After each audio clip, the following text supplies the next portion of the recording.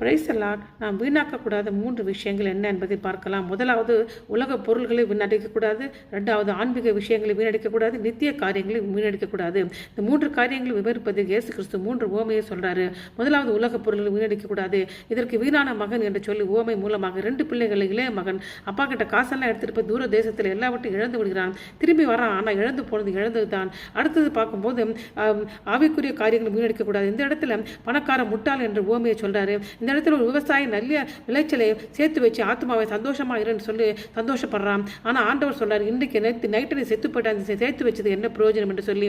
அதனால உலக ஐஸ்வர்யங்களை சேர்த்து வைப்பதை விட தேவனோடு உறவில் ஐஸ்வர்யமாக இருப்பது முக்கியமாக இருக்கிறது. 3வது பார்க்கும்போது நித்திய காரியங்களை வீணடிக்கக்கூடாது. இதற்கு ஐஸ்வர்யவான் லாசரு என்று உவமையை சொல்றாரு. ஐஸ்வர்யவான் லாசரு என்ற ஏழை வீட்டு வாசல் இருக்கிறவனுக்கு எந்த உதவியும் செய்யல. 2 பேரும் மறிக்கிறாங்க. லாசரு பரலோகம் செல்கிறான், ஐஸ்வர்யவான் அக்னி கடலில் தள்ளப்படுகிறான்.